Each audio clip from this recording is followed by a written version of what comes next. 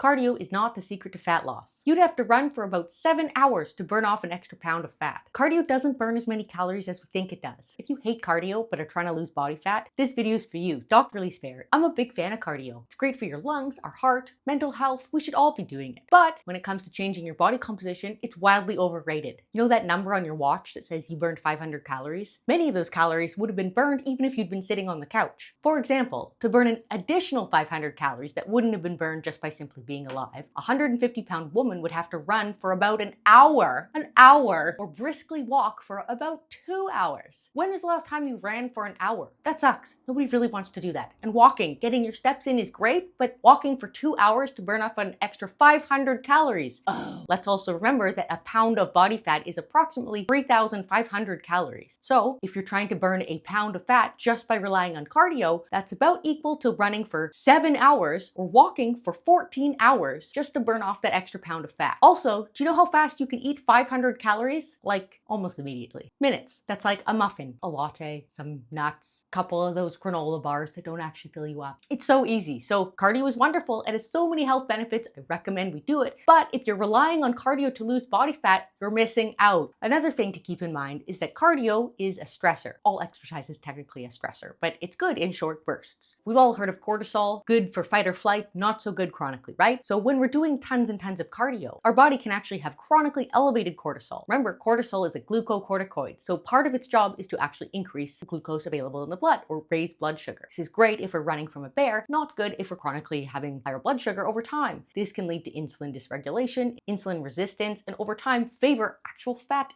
accumulation, especially visceral fat, which is the opposite of what we want for fat loss. This is why cardio is great, and you should do it in moderation, in bursts, in sports. Not just hours and hours of steady state cardio is really not what you need for fat loss. There's better ways to do this. We should be doing resistance training. Muscle is your best friend when it comes to fat loss. I don't care if you think you want bigger muscles or not. Muscles is the metabolic engine that will help you burn more calories at rest, but more importantly, dispose of all your incoming glucose, glycogen, and burn through them and prevent insulin resistance, preventing that unwanted fat gain. Muscle is your metabolic superpower. And of course, yes, we need a balanced diet, a caloric deficit, but watch my other videos to find out how you can be in a caloric deficit and not even feel like you're on a diet, because nobody wants to actually feel like you're on a diet. That's lame. And you don't have to. That's the good news. If you hit the gym and prioritize resistance training and you gain 5 pounds of muscle, hooray, that's great. Metabolically, you're already doing wonderful things. But regarding fat loss, that 5 pounds of muscle will burn approximately 30 calories a day.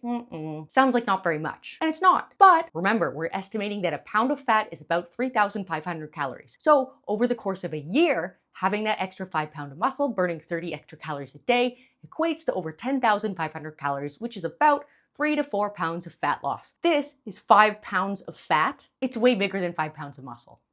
So you get the picture. Having more muscle mass on your body is metabolically favorable, healthier, and it's going to help you burn body fat. More than cardio, more than steady state cardio. And yes, caloric deficit. If I was trying to lose body fat, I would definitely be lifting heavy compound lifts in the gym. I would definitely be eating healthy fats, enough at mealtime so I'm not hungry and you don't feel like you're on a diet. I would definitely be not eating sugar and eating a diet that's high in protein. You actually have to give your body the building blocks to actually supply building new muscle tissue. Remember, protein is not all straight to the muscles. First, it goes on to prioritize our neurotransmitters, our little micro wear and tears in the gut, our hormones. Whatever's left will go on to build muscle. The point is, you need more protein than you think. Use cardio to train your heart and have fun with it. Use lifting to change your body composition. Use nutrition to create the caloric deficit. That's it. Those are the keys. That's all you need to know for sustainable weight loss. Dr. Lee's fair. If you're into food, fitness, and fun and losing body fat the easy way, don't forget to subscribe and stay tuned for more of this. Thanks for being here. See you next time.